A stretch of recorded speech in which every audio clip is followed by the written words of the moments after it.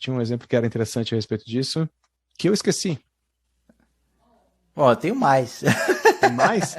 Não, eu estraguei a gravação agora. Nada,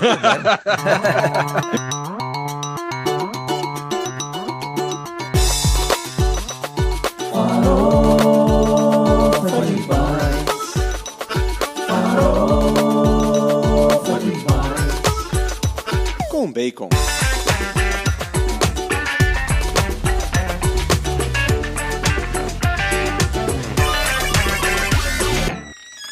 Bem-vindos ao Farofa de Bytes. Com bacon. Com bacon. Eu tive que dar uma pausa para você lembrar de fazer o bacon. Com bacon. Não foi no automático. Assim. Não foi no automático, cara. A gente tem que lembrar que o nome inteiro do podcast é Farofa de Bytes com bacon. Exato. Boa noite, bom dia, boa tarde. Eu sou o Thiago Lucchini, estou aqui com o meu co-host, Eric Galardo. E eu sou o Eric Galardo. Bom dia, boa tarde, boa noite. Não esqueçam de seguir-nos nas redes sociais, YouTube, temos também nosso podcast no Spotify, no Google e na Apple, você encontra lá. Lembrando que quando você compartilha, curte, isso dá mais relevância para o podcast e a gente consegue angariar mais seguidores, o que nos traria uma grande alegria. E para quem está assistindo no YouTube, hoje tem o prazer de ver, e foi totalmente não combinado, né? Mas nós dois estamos de banho tomado, cabelo feito, fone de ouvido, óculos preto e camiseta preta. Nossa, né? Vocês já falavam que nós éramos parecidos. Agora então... Agora acabou. E agora não sei quem está na esquerda ou na direita, mudou aqui na tela. Mas hoje a gente vai estar falando, a gente vai trazer um assunto um pouquinho mais pessoal. Geralmente a gente traz, né, assuntos genéricos ou mais da indústria, né? Então hoje... Ai, caramba. Que isso? Peraí, cara, eu perdi meu fone. Peraí, fala. Alô. Voltou, só tá um eco esquisito. Cara, acabou o fone, fez buf. Explodiu. Não, acho que acabou a bateria. O seu é a bateria também? O meu fone não. Então, preciso de um que não seja bateria pra fazer isso. Cara, agora até perdi o ritmo de onde eu tava. Se a gente queria a parte zoada... tá, lembrei. Hoje a gente vai estar falando de um negócio mais pessoal. A gente geralmente fala de coisas mais da indústria, mais, né, de novidades, ou né, semana passada a gente falou de cripto e de NFTs e tudo mais. Só que a gente, batendo um papo, eu e o Eric do lado de fora, né, no nosso canal, a gente começou a falar, poxa, cara, a gente tem tantas experiências legais, tanta coisa que deu errado, né? Então hoje a gente resolveu falar de história de coisas na nossa carreira de TI, de tecnologia, que deram ruim, que não saiu legal. E deu muito ruim, e eu acho que isso é legal, porque é um princípio da inovação, né? Aprender com os erros, né? E do desenvolvimento humano, né? Desde criança o processo de aprendizagem é através da tentativa e erro, mas assim, a gente muito menos filosófico, a gente quer falar mesmo das cagadas que fizemos na vida. Porque de repente serve de exemplo, né? Eu acho que eu vira e mexe, né, quando eu tô mentoreando uma galera mais nova e tudo mais, o pessoal tem medo de errar, né? E eu falo, cara, não, erra, é ok errar. Tipo, você não vai ser mandado embora porque errou, entendeu? A não ser que seja em produção. Não, brincadeira. E mesmo em produção, a gente vai ter alguns casos assim na nossa lista aqui. Mas, Ericão, antes da gente entrar no assunto do dia, alguma notícia, alguma coisa interessante que você viu nas últimas semanas? Eu vi um lançamento legal que vai afetar bastante a vida, principalmente nós brasileiros, que é uma nova feature do WhatsApp que o Zuckerberg anunciou, da Meta. Ele falou que agora o WhatsApp vai vir, na próxima versão, com uma função de communities, que é como os grupos do WhatsApp, mas com esteroides, assim, vamos dizer. Ele tem a communities, ele vai ser focado para você criar comunidades, né? Onde tem um poder de moderação mais forte do que hoje tem nos grupos.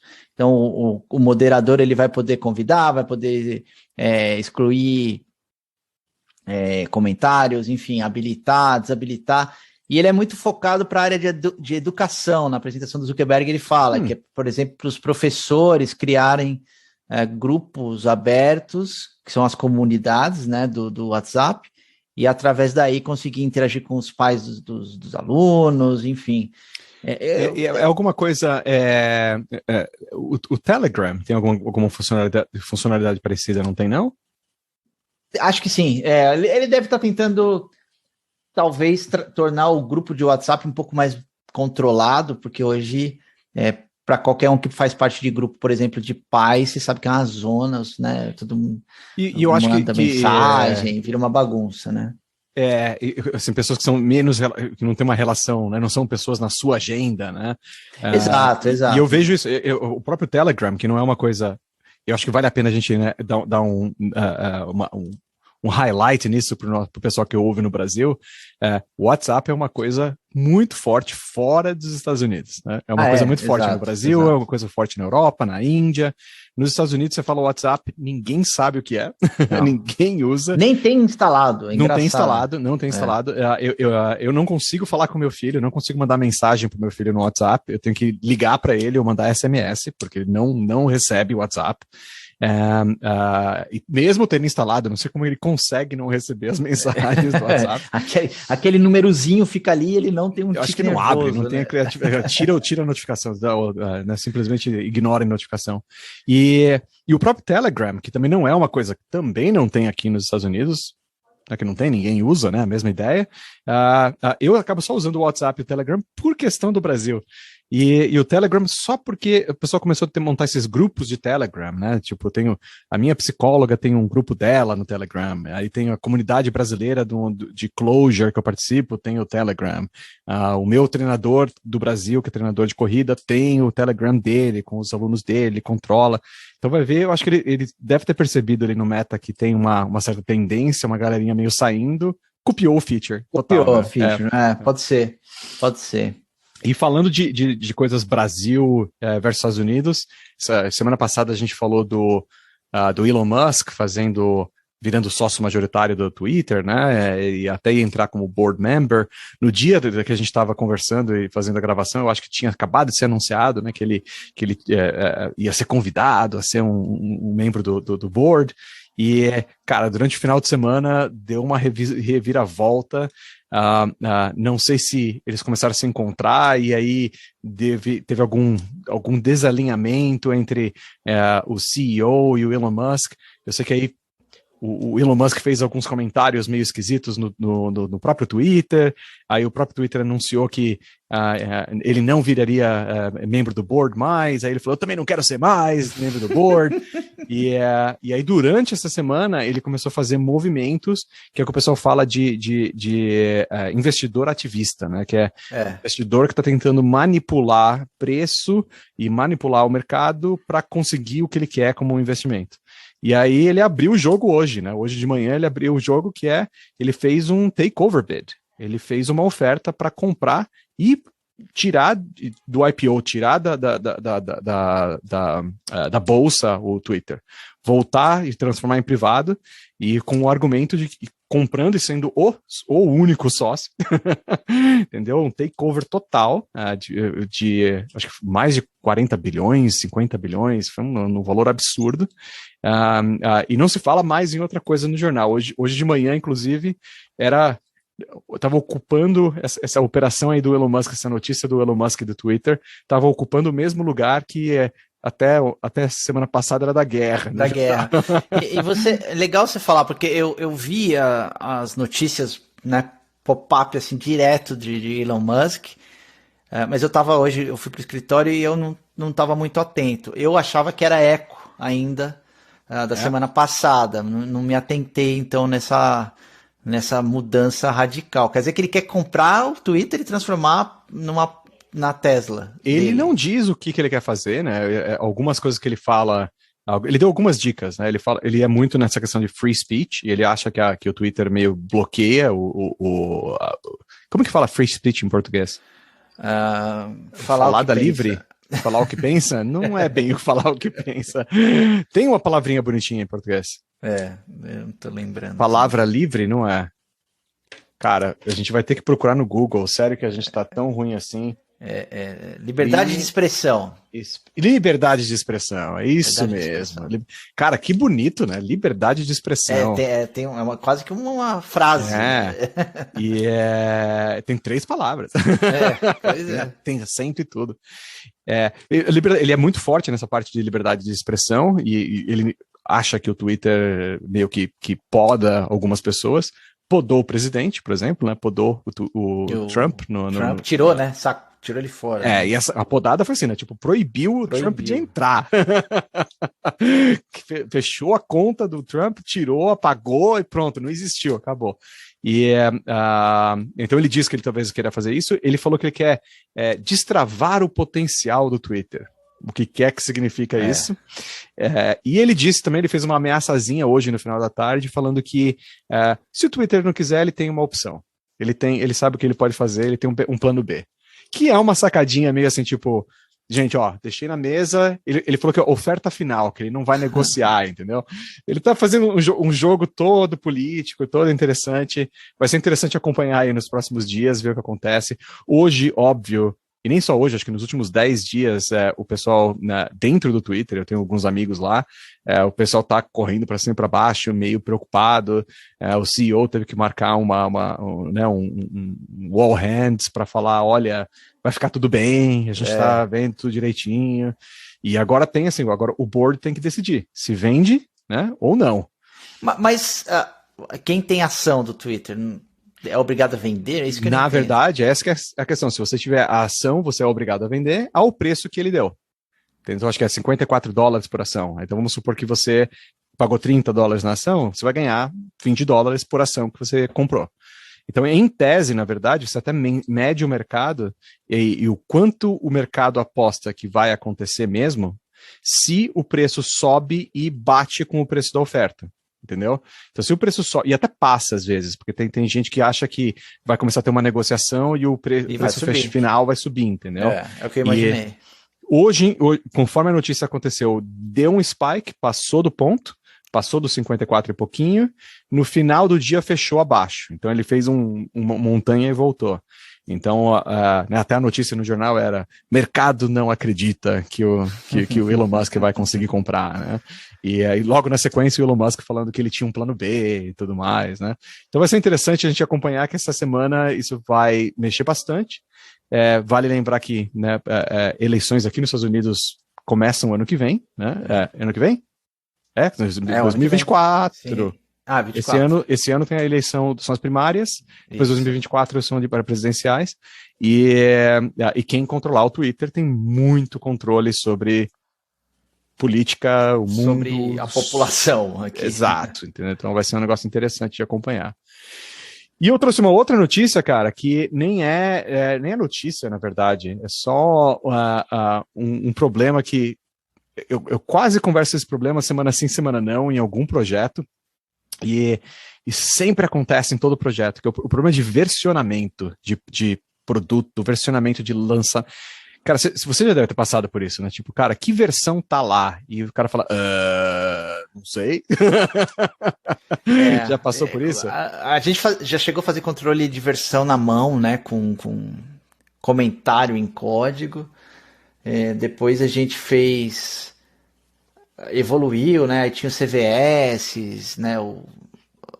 E eu nem tô falando assim, do controle de versão de código, eu tô falando assim, a controle de versão do que tá deployado. Tipo, a gente fez um deploy aqui, tá em produção. Entendi. A gente tá com a versão 2.3.4 do código, lá, entendeu?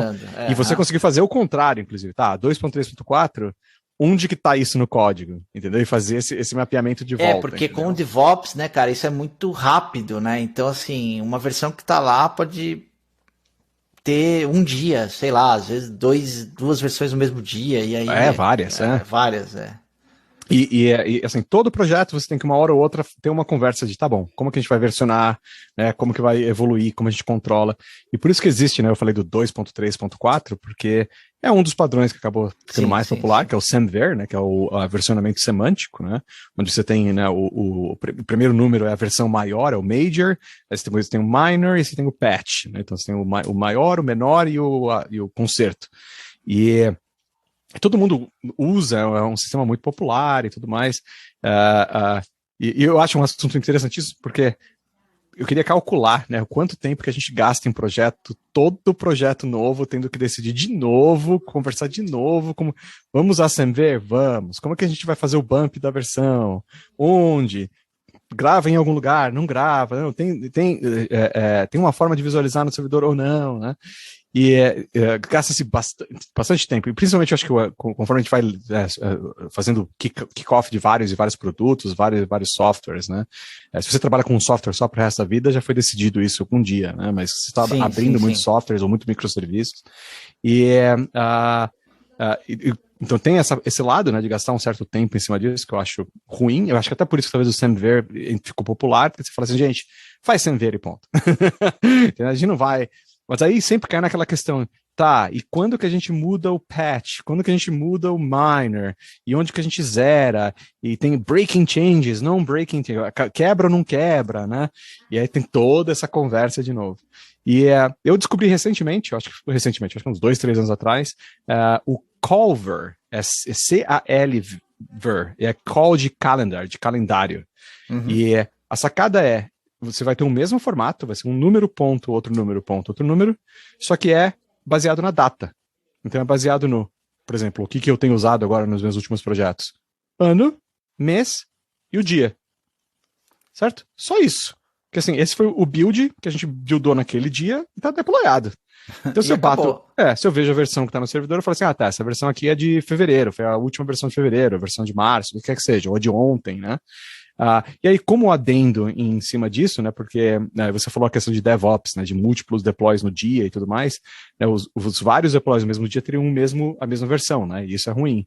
Então eu acrescento como tag no final, eu acrescento os 5 primeiros dígitos do Git, do SHA, do commit que gerou aquele código. Tá. Então eu consigo, inclusive, fazer o contrário, eu consigo, olhando pela versão, eu consigo voltar no código e falar assim, é exatamente essa versão no código que está no servidor, entendeu? Tenho gostado muito de fazer isso e já tenho até templatezinhos que já decidiram tudo para mim. É simples, cara, é bobo. Não, legal, uma dica boa. E o pessoal fica, quando eu apresento isso, o pessoal fala assim, cara, mas não vai quebrar a semantic versioning? Não quebra, porque é o mesmo formato, né? Mas e a questão do minor, major? Mas, cara, não precisa descobrir isso. Assim, quem discutiu isso agora foi Deus, fazendo a evolução do tempo, entendeu? Se teve um update, significa que tinha que atualizar alguma coisa. Se foi minor ou major, tanto faz, na verdade, né? Assim... E eu acho que vale a pena se a galera estiver interessada e gostar do assunto, porque o Semver tem o semver.org, né, que explica o spec, e empresas que usam, exemplos de open source que usam e tudo mais. O Calver também, se você usar calver.org, tem um sitezinho explicando o porquê, que legal. E dando vários formatos diferentes, e citando, olha, esse software usa essa versão. Então, por exemplo, se você é um usuário Ubuntu, o Ubuntu usa isso.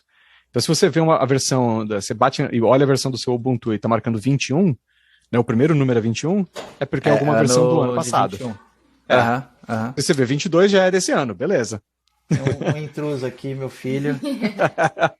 Não, o interessante é que ele abaixou, né, para se esconder. Você está ao vivo no podcast. Está ao vivo. Por favor, vaze.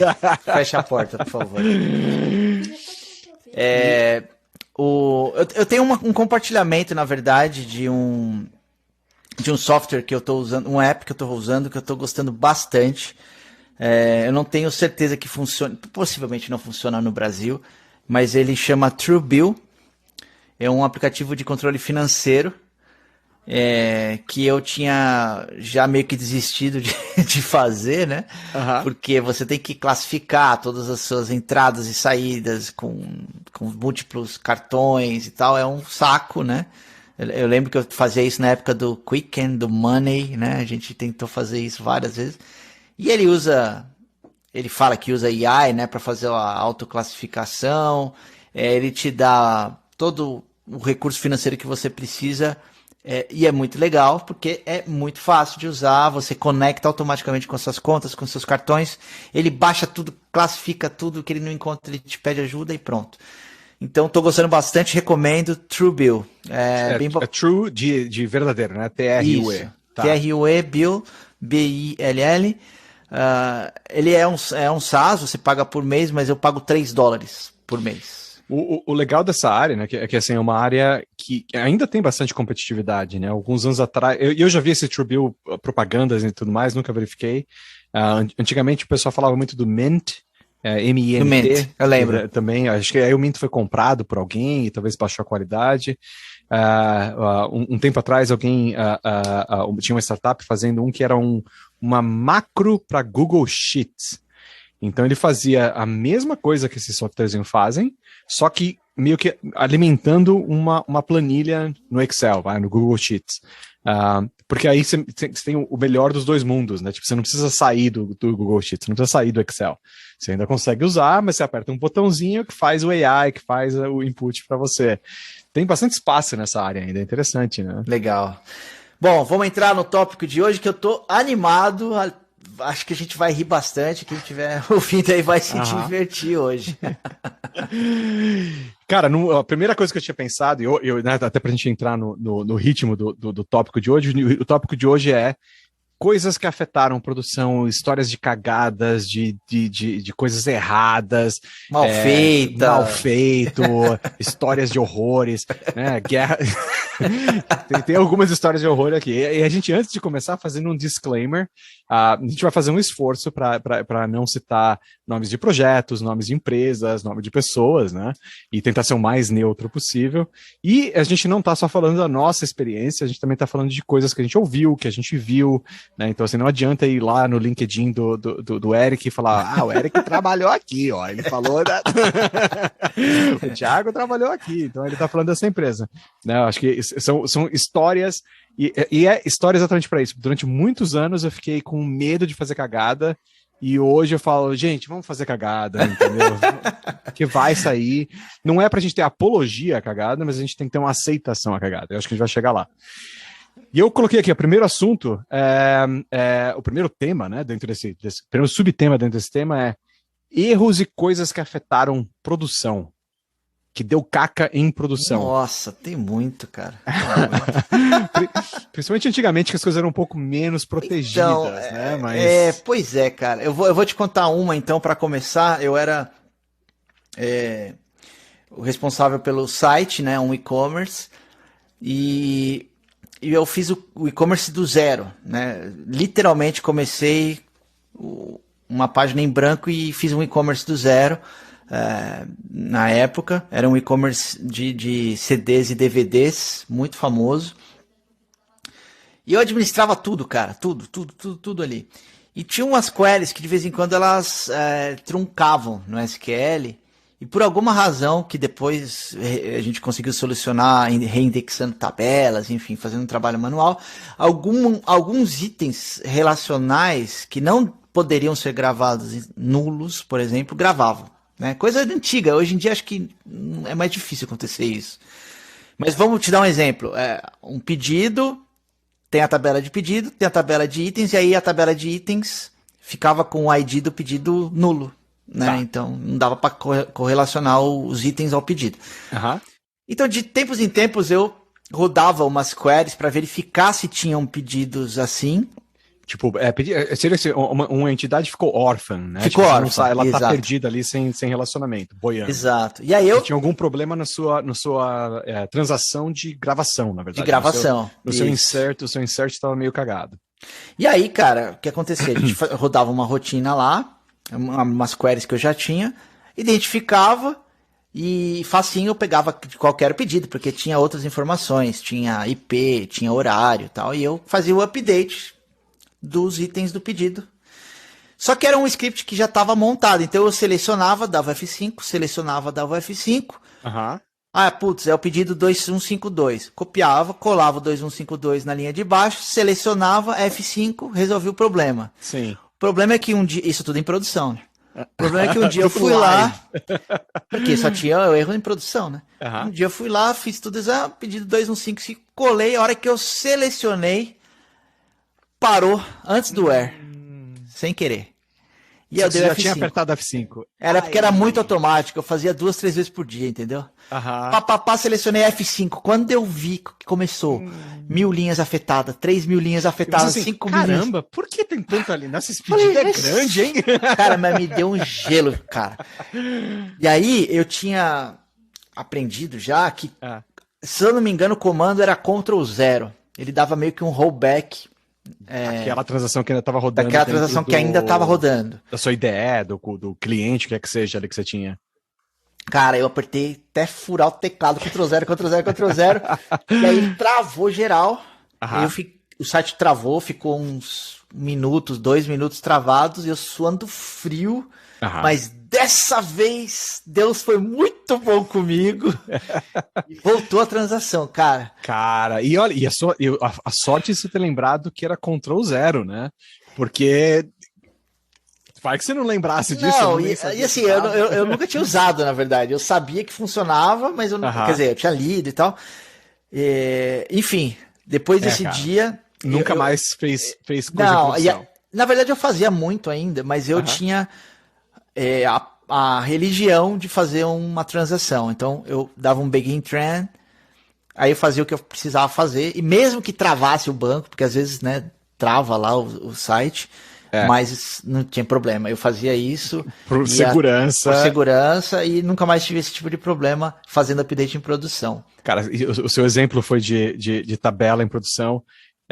Dados em geral em produção é um saco, né? Porque código, de uma certa forma, você recompila, joga de novo, copia, não tem tanto problema, mas dado, né, eu geralmente eu falo para os meus engenheiros, e às vezes eles não gostam, né? Que eu falo, cara, data outlasts code. Dado vai sempre ser mais, a longevidade do dado é maior do que do código, né? E a gente, como engenheiro, desenvolvedor, às vezes a gente se preocupa demais com o código e a gente esquece que dado é tão importante, né? E eu tô dando assim, filosófico, porque assim, o meu exemplo aqui, um dos exemplos que eu tinha separado, era exatamente coisa que eu fiz também. Eu dropei todas as tabelas do banco. Só. Eu dei um drop, e a questão é muito parecida com a sua, né? Eu fazia na mão, na verdade, eu rodava na mão, eu entrava no cliente, conectava, eu tinha até ambiente de desenvolvimento, de teste, eu tinha os ambientes certinhos, então aí eu conectava no ambiente, aí eu geralmente rodava, né, um drop tables, aí eu tinha um outro scriptzinho que rodava, e eu deixei isso na mão separado, exatamente para ser seguro, entre aspas. Eu tinha um que dava drop, né, o meu comando de drop na mão, e um outro scriptzinho que eu rodava para fazer, né, o setup de novo do banco, né, do zero, como se estivesse começando no banco do zero, e fazer um seeding de dados básicos, né, tipo fazer só para poder começar, tipo, do zero, o meu banco de dados. Então eu estava debugando um negócio que precisava fazer muito isso, entrar, né, conectar na máquina, no stage, dropar, fazer de novo, pô, deu pau, tá, volto, faço de novo. Fiquei fazendo isso várias vezes, até uma hora que eu fiz besteira, ao invés de eu conectar no ambiente de dev, que é o ambiente que eu estava conectando, eu conectei no ambiente de produção. E fiz a mesma operação. Drop tables, aí. Nossa, cara, é a mesma coisa, tá demorando. Tá demorando isso aqui. Aí quando você vê, os caras começam a gritar no escritório, né? Cara, a minha sorte nesse caso específico foi que, até você vê, né, a questão, o cansaço já tava pegando. Isso já era tarde, já era umas 9 da noite, eu tinha ficado até mais tarde no escritório. Era uma questão online, então assim, ficou fora do ar o site, mas ainda bem também era um negócio, um horário do dia que tinha uma baixa, e eu saí correndo atrás de backup. A gente perdeu algum dado. Sempre perde. Pedir desculpa pro chefe e tudo mais. Cara, você falou de backup, eu vou falar uma aqui que foi, assim, muito louca. E a gente tinha um servidor local na empresa com o ERP da empresa, todo local, né? Na época era um servidor lá, tal, grandão. E a gente fazia backup na época com uns HDs externos. Não era nada muito profissionalizado, assim, não. Era um backup que a gente fazia do banco mesmo. Conectava ali USB? Conectava USB, mas tinha lá 4, 5 HDs externos e beleza. Na verdade não tinha vários, não. Tinha um HD só. Não, quando você falou vários, eu falei assim, vários? Tem um cofre também para Não, era um HD externo, só que tinha várias versões do banco no mesmo HD. A gente mantinha algumas. O que aconteceu foi que deu um pau no servidor mesmo, no HD, cara. Deu crash no HD, parou a empresa. Aí o gerente de sistema foi, o cara que cuidava de infra, que era meu gerente, foi lá e falou, cara, a gente tem o backup, eu só preciso ver o que eu vou fazer aqui, né? Aí ele falou o seguinte, esse servidor tem 2 HDs, né? E ele fica replicando o sistema operacional. Queimou um, ele arrancou, era aquele de gaveta. É aquele hot swap que eles falavam. Hot swap, né? exato. E aí ele falou, eu vou formatar esse aqui com o sistema operacional e vamos voltar. Aí ele meteu o HD do backup para ver se funcionou, beleza. Falou, legal, vou instalar o Windows. Começou a instalar o Windows. Pum. E a gente lá esperando, o pessoal ligando, e a gente falando, não, calma aí, tal. Aí a gente já discutindo, perdeu algumas notas, perdeu alguns, né? Porque claro, sempre perde, né? Cara, depois o cara me volta roxo, assim. Vai, que você não sabe o que eu fiz. Porque eu instalei o Windows no HD de backup. Foi o que eu imaginei. Porque assim, é batata, cara. Assim, já tava ali. E o engraçado é o seguinte, né? Porque a gente pensa porque hoje em dia é tudo em cloud, né? E assim, eu adoro brincar nessas coisas em cloud, porque a galera não lembra. Eu ainda lembro como era se pegar e tirar que aspirar servidor, porque pegava pó, né? E colocar HD e tudo mais. E no cloud é legal, porque eu me vejo fazendo a mesma coisa, só que em escala, né? Eu tô criando os scripts pra fazer isso, tô falando assim, agora pega esse HD, joga pra lá, pega essa rede, conecta essa máquina em tal lugar.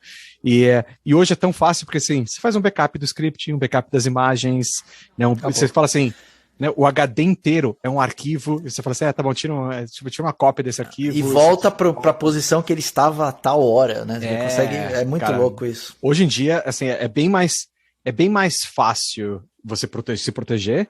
Agora eu imagino que talvez tenha muita coisa que você também pode fazer errado se você não tomar cuidado. Né? Porque então, apagar um servidor inteiro é facinho também, exato, né? Entendeu? Apagar, assim, mesma coisa, mesmo que seja só um arquivo, também, né? Movi o arquivo, movi o HD, apaguei o HD. Seria a mesma coisa do físico, né?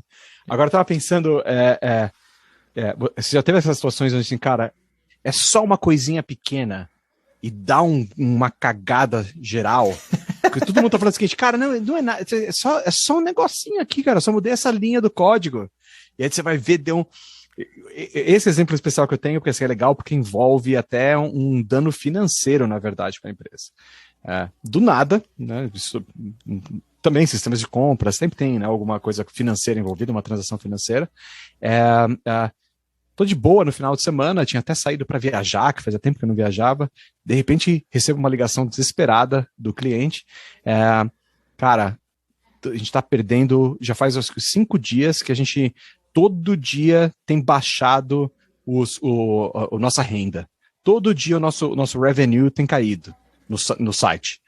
Ele fala assim, cara, todo dia, durante 5 dias, cara, que estranho.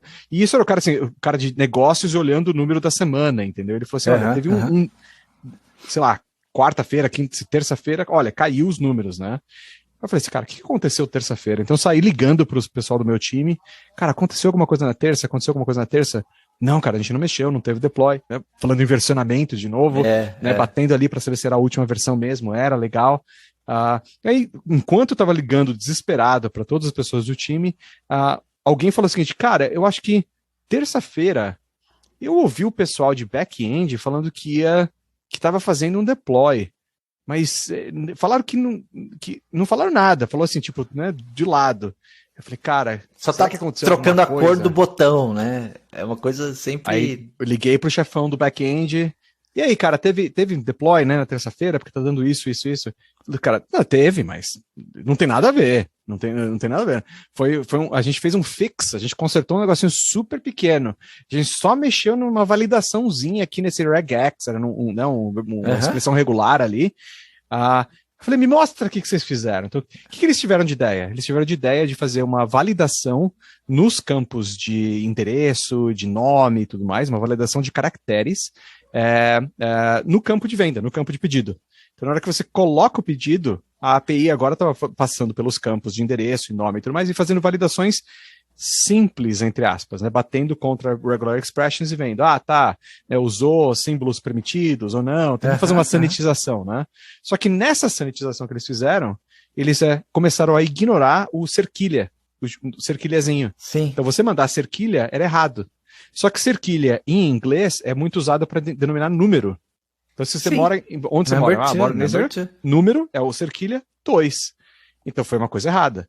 Então, na hora que eu vi o regular expression no código, eu voltei para ver no log todas as vendas que tinham sido negadas. Todas elas tinham cerquilha no nome. E eu digo de impacto financeiro porque cabeças rolaram nessa brincadeira, né? Teve galera sendo mandada embora, porque eram... Em renda, durante aqueles 5 dias, em média, cada dia, eles perderam $500 mil de venda. Então, imagina assim, $500 mil por dia perdido. Por causa do hashtag. Por causa do cara que falou assim, cara, é só isso, é um negocinho simplesinho aqui, entendeu? Não... Inclusive, olha, falando em versionamento de novo, cara, eu fiquei fulo na época, porque assim, eles fizeram essa mudança e nem bump na versão deram. Então, na hora que era tão simples que não precisava. Era tão simples que assim, eles, na cabeça deles, não é major, não é minor, nem é patch isso é só. Entendeu? Deram um salto ali do lado. Falei, cara. Eu tenho uma outra também que foi muito louca, cara, porque a gente. Não foi uma cagada, foi uma situação assim que deu raiva, na verdade. O nosso site tinha muito acesso, né? Era um site muito acessado. E constantemente tinha ataques de waffers, como é que fala? Que é wafer? Não é wafer, eu não lembro. Mas, por exemplo, começa a vir um monte de acesso da Rússia, por exemplo. Tá. E aí, tipo bots. Bots. E aí a gente tinha, na verdade, o WAF que eu queria falar era o que nós usávamos. Nós tínhamos um WAF, que é Web... É um produto... Filter. Tá. É um filtro que fala assim, eu posso filtrar por IP, por range de país, por número de tentativas de acesso. E eu ficava olhando aquilo e era louco, porque de uma hora para outra vinha uma enxurrada de acesso, todos do Brasil, e derrubava o site. Uhum. E a gente não conseguia entender o que estava acontecendo e tal. Aí, cara, a gente tinha ele um co-hosting, né, na época. A gente foi lá na Level 3, que acho que nem existe mais. A gente foi lá na Level 3. Pra ver o servidor, né? Não, a gente ficou lá com os caras de segurança do servidor. Uhum. E aí, pumba, aconteceu. Uma imagem, um banner específico. Milhões de acessos naquele banner. Aí eu falava, o que tá acontecendo? Aí eu fui ver o banner. Era um banner lá de um produto, né? Nada demais. Aí eu falei, não, tem coisa errada. Aí eu liguei pro gerente de e-commerce da área comercial. Falei, cara, o que vocês fizeram? Não fizemos nada, a gente não mexeu nada, não sei o quê. Uhum. Mas a gente fechou uma parceria com a UOL. A gente tá botando esse produto lá na home da UOL. Uhum. Aí eu falei, na home da UOL? E como é que funciona? A gente, em vez da gente mandar a imagem, a gente mandou o link pro cara. O que acontece? O link do banner hosteado do seu lado. Do nosso servidor, então, cara. A home da UOL, que tem um tráfego absurdo, cada daquele tráfego absurdo estava indo pro seu servidor e derrubando o seu servidor. Mas, cara, a gente perdeu muito dinheiro por causa disso. Porque o site travava e caía. O IS não aguentava. Você está colocando o banner num lugar de alta performance, né, de alta produtividade, de alta visibilidade, porque você quer ter visibilidade e converter. Ou seja, você perdeu dinheiro e não fez mais dinheiro. E pagou uma fortuna para a UOL ainda. Exato. Cara, assim, mas assim, veja como eram diferentes e amador. Não tinha CDN. Até tinha, mas assim, a gente não usava, talvez. Que ano que era isso? Não era um negócio tão popular. Cara, não sei o ano, depois eu lembro. Porque a Akamai, acho que talvez a Akamai existia, mas era muito ainda alto nível, né? Até hoje ainda é um negócio meio inacessível. Mas eu acho que esse seu exemplo é legal porque ele mostra que as pequenas coisas, entre aspas, nem sempre são só técnicas. Técnicas, eu digo, de código, de Claro. Às vezes é um negócio assim, tipo, não, o comercial fez um negócio que a gente não. E já teve milhões de gente que... pessoas que usam o Google Tag Manager, cara. Google Tag Manager é uma delícia para derrubar seu site, para fazer cagada. Porque o que o cara faz? Ele fecha uma parceria... E eles podem rodar código também, não é? Então, é para código. Você pode jogar um JavaScriptzinho dentro. É o que o pessoal faz. O que eles pegam? Como os sites geralmente são um pouco travados para você mexer na home ali, tem um processo, os caras injetam tudo pelo Google Tag Manager. E vira um Frankenstein gigantesco E afeta totalmente a performance do seu site. Aí você está gastando aquela fortuna para cachear as coisas, aquela fortuna para ter budget de performance, colocar no seu CI/CD, DevOps, tudo bonitinho, né? Fazendo, cara, baixando de 200 milissegundos para 1,70. Isso, né? Exato. Aí chega lá o cara de marketing, Google Tag Manager. Daí ele cola o script do Facebook de qualquer Exato, jeito lá e começa a apontar para pegar script de tudo quanto é lugar. E você vai vendo, né, a cascata de requests, né? 4 segundos esperando o Google responder. Exato. E falando em coisas bizarras, outra coisa que eu queria conversar era coisas bizarras que você já viu no código. Que você já, assim, já esbarrou, que você falou, cara, como que caiu aqui? Você tem algum caso assim? Eu tenho um que eu não sei se foi você que me contou, cara. Que é capaz. Era um software de gestão de farmácia que o cara desenvolveu. E aí a gente trabalhava numa consultoria de desenvolvimento e a gente pegou esse produto para manter, né? E aí a gente abriu o código. Não sei se foi você que me contou isso. E tinha... As variáveis eram nomes de remédio, não era isso? Exatamente. Anador igual a... E você tipo assim, cara, como que você vai debugar isso? Deu erro no Amoxil. E aí vai soletrar Amoxil, porque você já não lembra mais. Eu lembrei desse caso. Esse caso é bom. Eu tenho um caso legal também que foi... Era uma UI, era um front-end, e tinha todo esse negócio de ciclo de refresh, né? Então você tem o ciclo para alguma coisa mudou no estado e a UI precisa mudar, né? E tinha essa uma página, cara, que era muito lerda. Na hora que caía nessa página, o browser ficava lerdaço, e assim, para você navegar na página. Então a gente fez um mapeamento de renderização e a gente descobriu que cara, era um loop, assim, entrava num refresh sem parar, e era isso que o browser estava sofrendo. Ele estava sofrendo tentando dar, né, tipo, né, re-render, não era refresh, mas re-render em partes da página, partes grandes da página. Então, quando a gente começou a mapear, né, o código, cara, uma zona. Tinha, cara, coisa em tudo quanto é lugar. Não tinha. Tava horrível. Tipo assim, não tava afetando só naquela parte do código. Tinha um pub sub que assinava um negócio no observer que atirava em outra coisa que era com uma injeção de dependência. Cara, talvez milhares de pessoas colocaram a mão nisso. Milhares não, mas no mínimo 2 dezenas. Na época eu não lembro, eu até olhei o histórico dos arquivos. Até a hora que a gente chegou num módulo que assim, talvez a 20ª pessoa, a 25ª pessoa que mexeu nisso, sei lá, a pessoa assim, ela escreveu exatamente isso. Ela falou assim, olha, eu consegui fazer funcionar, eu não sei porquê, eu não sei mais o que eu mexi, e Deus abençoe quem conseguir entender o que está acontecendo. Então, para mim, assim, o legal foi Deus abençoe. God bless tipo, a alma, God bless the soul that fixes this. Tem um outro que também que viralizou, né? Que o cara falou assim, era um comentário no código, né? Ele falou assim, a partir dessa linha, não sei o que acontece, eu fiz... E quando eu fiz, só tinha 2 pessoas que sabiam, eu e Deus. Hoje é só Deus que sabe. Se você vai mexer nisso, coloque o contador de horas que você vai perder. Não, que você perdeu, que você tentou. Exato. Tentando entender isso. E aí tinha lá, tipo, 1000 horas, né, cara? Era muito legal isso daí. Porque sempre tem alguém que fala assim, cara, eu discordo desse cara. Eu vou mexer, tá né? Eu vou mexer, eu vou achar. Cara, outras coisas que sempre vazam, e aí vários amigos meus já me contaram, você deve ter... É o cara que comenta, põe palavrão, xinga no código e acaba explodindo na tela do usuário uma hora ou outra, né? Não vou dizer respeito, eu entendo. Talvez seja uma apologia, porque assim, eu debugo com console log, né? Então eu faço muito isso de, passou por aqui de novo. Para qual aqui mesmo que você passou nessa merda? Aí você começa, passou nessa merda, essa bosta não funciona. E aí uma hora explode pro usuário, fica lá. Aí você esquece às vezes de tirar, né? Tipo.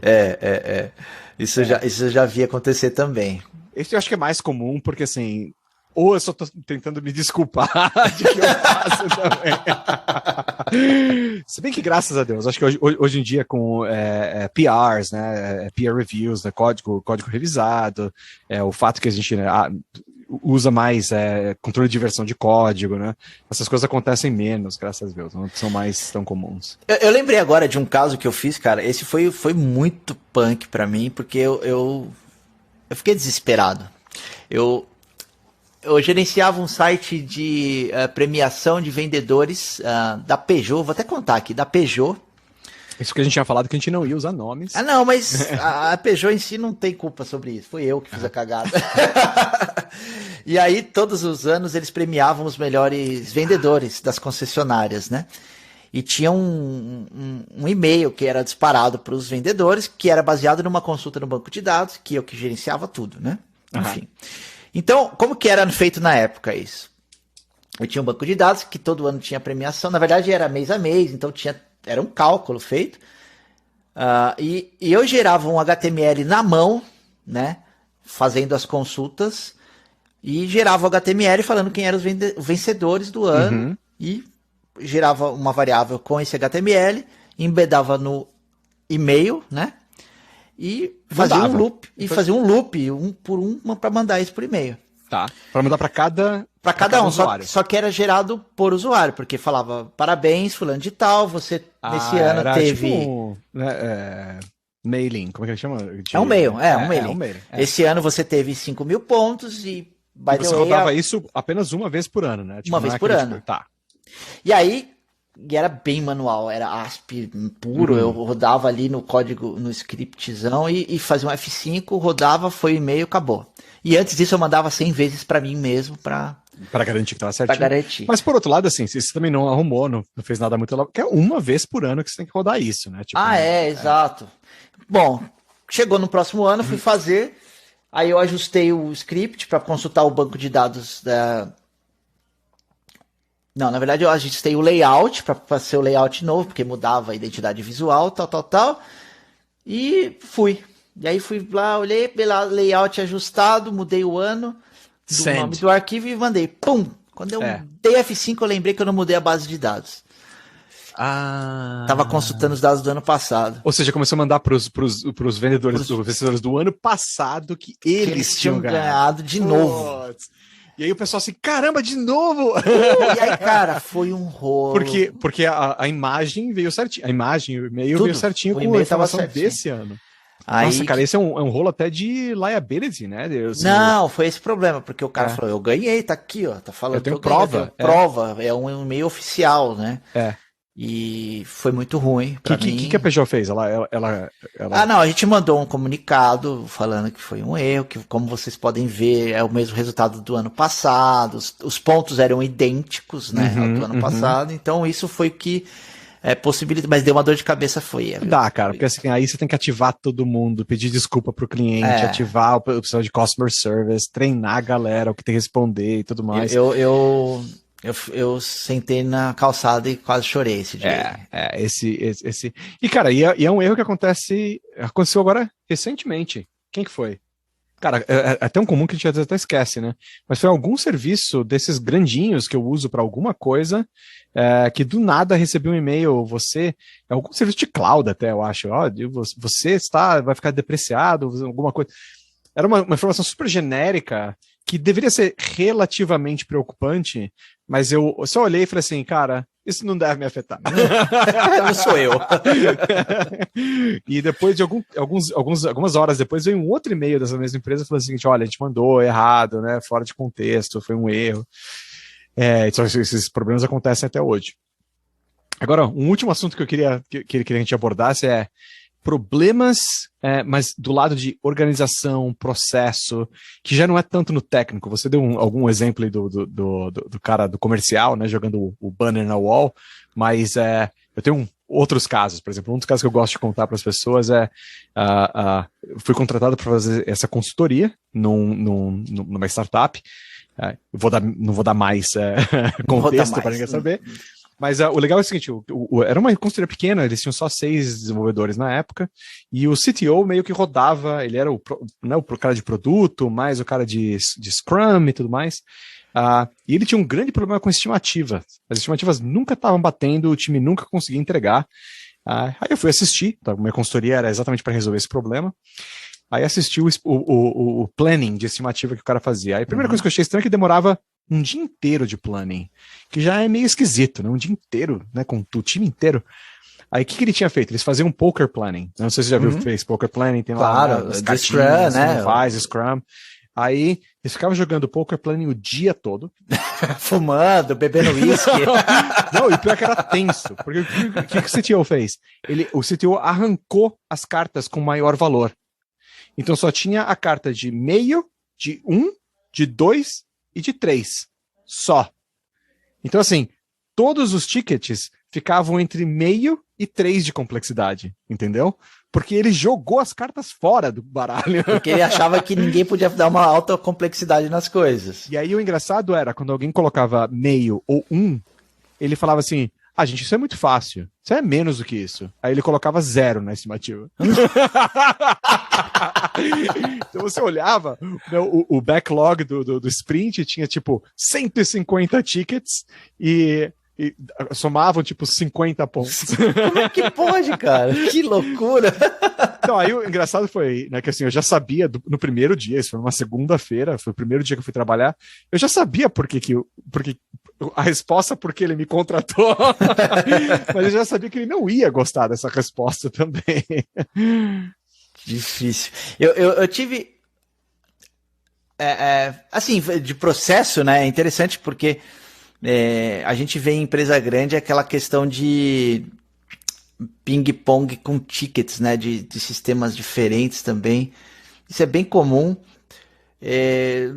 Acho que assim, não tem nem graça contar sobre isso, mas é aquela coisa chata de que você abre um ticket, aí o cara lá, mas é do SAP, aí o cara do SAP vai lá, olha, não, mas é da interface, aí vai pra interface, aí, tal, não sei o que. Depois... E você tem aquela, além do ping-pong de ticket, né, você tem aquela hora que alguém pega e fala assim, não consegui reproduzir, proof, e fecha o ticket. Fecha, usuário descabelando. Tipo, ou fala assim, eu preciso do fulano de tal, que é o engenheiro que tá na empresa há 10 anos, 10 não, 30 anos. Exato. E tudo afunila no cara e ninguém resolve nada, né? Isso mas é um problema de organização, né? E é uma cagada clássica de desenvolvimento. Você percebe, né? Acontece bastante. Eu tenho um dos exemplos que eu tinha, aliás, eu tenho alguns exemplos dessa área, é um pouco de organização, mas um pouco de estratégia técnica, né? Eu acho que a gente cai muito nesse erro quando tem pessoas técnicas muito fortes no time, de começar a criar abstrações gigantescas. Abstrações abstratas, tipo assim, que ninguém entende. Não, ou até assim, aquela coisa e assim, não é brincadeira, eu tive 2 projetos que eu tive que salvar com questão disso, que alguém entrou no projeto e resolveu fazer o seu próprio banco de dados. Porque assim, por que você vai usar um SQL? Por que você vai usar um Postgres, um Oracle? Eu posso fazer o meu. Se você está pagando o meu salário, eu vou fazer. Não estou brincando. Eu tive 2 projetos na minha carreira que eu entrei e falei assim, cara, que é isso que vocês estão usando? Porque alguém inventou. Ou inventar fila. Já cheguei a trabalhar em projetos que inventaram linguagens inteiras porque assim, cara, é um problema muito complicado, a gente precisa de uma linguagem específica para resolver esse problema. Cristo. E aí você gasta às vezes 20 minutinhos procurando na internet e fala assim, cara, vocês consideraram essas 6 opções que fazem a mesma coisa? Não é a mesma coisa. É sempre a mesma resposta. Tipo, não é a mesma coisa. Isso aqui, né, a gente tem umas limitações diferentes, uns requerimentos diferentes. Aí você vai olhar e fala assim, cara, não tem diferença, cara. A diferença é esse aqui funciona, é barato. Ou de graça, né? Open source. De graça, né? Muito open source, né? Eu tive um problema no começo da minha carreira. Uma vez eu fiz umas funções que desenhavam telas para mim. Telas de edição de banco de campos para você fazer o back-end de um site, por exemplo. Um adminzinho, fazer era muito CRUD normal. Exato, era para CRUD. E aí as funções, elas eram bem legais. Eu tinha, né, há anos, você punha lá a tabela, quais os campos que você queria editar e tal, e ela gerava. Apertava Enter e pronto, tem uma UI. Então assim, quando eu tinha que fazer algumas telas simples, por exemplo, gestão de países que aparecem na lista de drop-down do site. Era uma linha de código, basicamente. Eu punha lá, acabou, tá feito. Só que aí começou, não, mas agora a gente precisa adicionar imagem, agora a gente precisa adicionar drop-down, agora a gente precisa colocar checklist, não sei o que, não sei o que. Cara, a minha função foi ficando num negócio tão Frankenstein. E era uma função. Quando você falou função, assim, é uma funçãozinha mesmo. Era uma função. Era uma funçãozinha que assim, tinha tanto parâmetro, tanta coisa, que aí virou uma linguagem própria, né, cara? É uma linguagem, é um widget library, né? No final das contas, uma função virou um widget. Só que assim, library. Era mal feito pra caramba, era bem rústico, então a manutenção disso ficou insuportável até no momento que eu parei de usar, e aí a gente começou a fazer as telas. Mas eu acho que eu acho até comparando o meu exemplo com o seu exemplo, tem uma frasezinha que eu sempre conto pra minha galera, eu falo assim, cara, crie produtos primeiro, plataformas depois. Tipo, cria algo que funciona e que é utilizável, né? Por exemplo, voltando ao exemplo da sua função, né? Você pelo menos foi e construiu, fez a função, né, primeiro, sim. resolvia um problema, tá? Que era um problema real que você tinha. Você só talvez não foi escalando com a necessidade que o problema foi tendo, né? Tipo, você talvez tivesse que fazer umas. Mas assim, se você já está resolvendo e é um produto, entre aspas, que está sendo utilizado, agora sim você pode virar uma plataforma open source, essa é a sua função, sei lá, vender, porque se você criou é porque não existe no mercado. Se não existe no mercado, tem um valor. Se tem um valor, você pode vender, certo? Então, é que muitas vezes, aí meus exemplos foram ao contrário, né? Foram do tipo assim, cara, criar banco de dados, tem banco de dados no mercado. Se você criar um banco de dados bom, você vai ter que vender esse banco de dados. Eu sempre bato isso com os meus times que estão criando plataforma. Eu falo assim, existe algo no mercado que alguém consegue comprar? Então, um exemplo simples, né? Um certo time que eu trabalhei uma vez, eles estavam criando soluções de cloud internas. Então, ao invés de usar a Amazon, né, a AWS ou GCP, eles estavam montando fazendo a volta ao contrário, né? Colocando servidor, né, e tudo mais. E tinha toda uma plataforma de cloud na web, etc e tal. Aí para fazer onboarding de um serviço simples, cara, só preciso aqui colocar um container para rodar e ter uma porta para HTTP, pronto, certo? Que é um negócio que você vai fazer no Amazon, no AWS ou no GCP. 30 segundos. 30 segundos.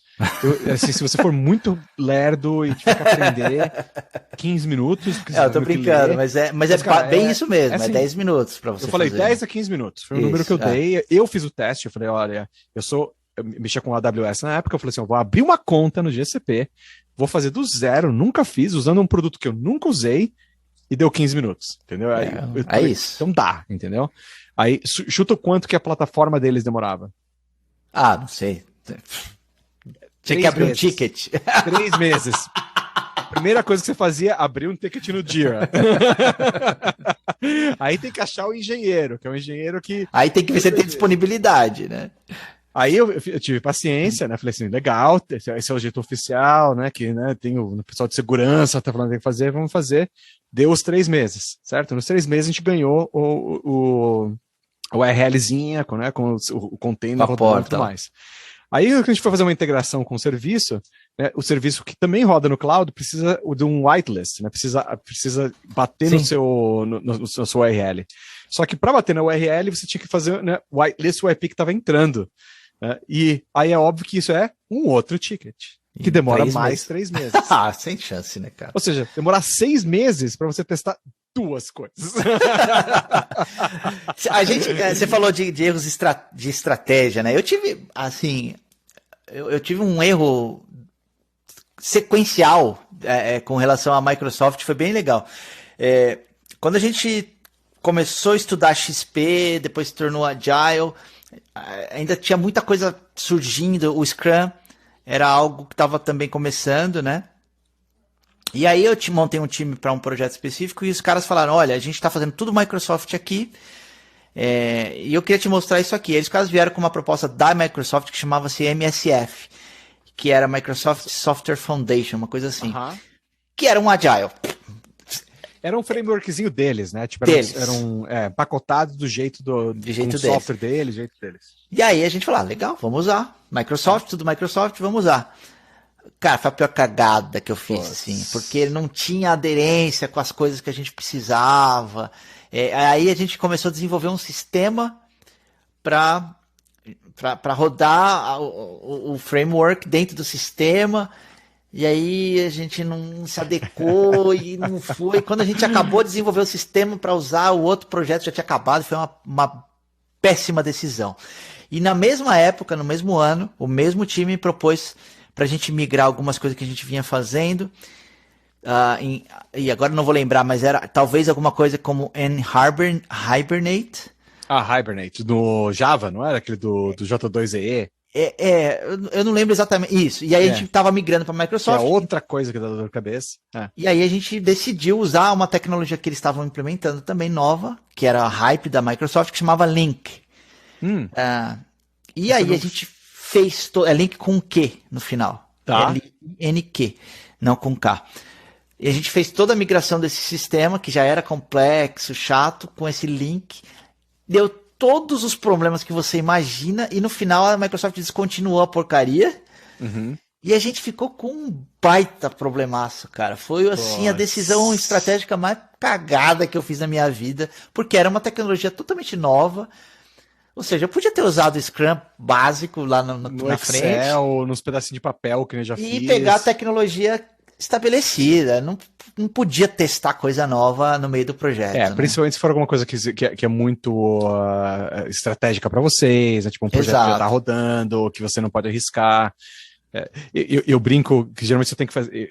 Eu gosto de ter um balanço, né? Tipo, quais são as áreas? Tem áreas que você não pode mexer, não pode arriscar demais, para poder arriscar em outras áreas, né? Então você tem que fazer aquele balanço entre um lado e outro. E hoje é fácil testar também, né, Thiago?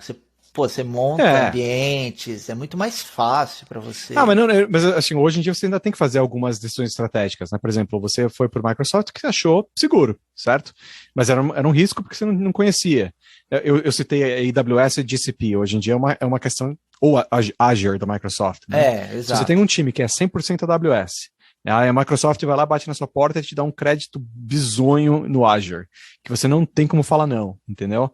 E aí você tem que aceitar. Você tem que decidir. Aceito, mas eu vou colocar em risco toda essa minha galera que não sabe, que não vai entender os produtos da Microsoft, que é um parceiro que a gente não conhece, que a gente nunca testou, e é um parceiro que vai estar lá daqui a 2, 3 anos. Hoje em dia a gente aposta no Azure, que é um pouquinho mais maduro, mas assim, você apostava, cara, a Microsoft exato, novo. Mas era nova, né? O erro faz todo sentido, né? Ericão, acho que a gente pode começar a fazer um wrap-up aqui. Tenho certeza que a gente teria muito mais coisa para conversar e falar. Eu acho que a gente vai ter que fazer o episódio 2. acho que a gente tem que conforme, né, as pessoas forem fazendo comentários, assim, comentem que outros tipos de áreas, que outros tipos de coisas vocês querem ver. Porque, por exemplo, a gente pode separar isso aqui por países. Né? Eu posso falar o seguinte, olha, isso aqui foi coisas que eu aprendi na China, isso aqui foi exemplos de tal local, porque teria exemplos locais, ou até mesmo para apontar, tipo assim, problemas culturais, né? Eu sei que você tem alguns exemplos legais. Legal, assim, tipo, esse país com aquele, né? Ou essa cultura com aquela. Mas valeu, acho que a gente falou bastante coisa. Onde que a galera que quiser encontrar com você, vão ser online, pode te encontrar, Ericão? Tenho as minhas redes sociais, LinkedIn, Eric Galardo, tudo junto, Eric com C, Galardo com 2 L's. E o Twitter é Eric_Galardo. Você vai encontrar ali posts sobre tecnologia, inovação, gestão. E se você quiser ver minhas fotos de passarinho, veja no Instagram, Eric Galardo, tudo junto. E o seu handle é igual, né? Tanto no Instagram quanto no Twitter? Sim. Que isso é bom, né? Vamos ver quanto tempo a gente tem Twitter ainda, né? Também tem essa. Vamos ver o que vai acontecer com o Elon Musk. Mas quem quiser me achar no Twitter, Thiago sem H, Lucchini, tudo junto, Lucchini com CH. Eu posto em inglês e muito menos sério do que o Eric. Meu último post de hoje foi uma piada sobre COBOL. Não sei se você viu. Não. A modinha era assim, não. Em uma frase, poste alguma coisa que diz o quão velho você é na área de tecnologia, né? Aí o pessoal, jQuery, né? O pessoal assim, lembra quando a gente... Single page apps, né? Aí eu fui lá e escrevi Identification Division. Nossa. Que é assim, uma sessão inteira de COBOL de 1954, acho. Ericão, galera, valeu. Muito obrigado. Obrigado. Todo mundo. Tchau, tchau. Falou.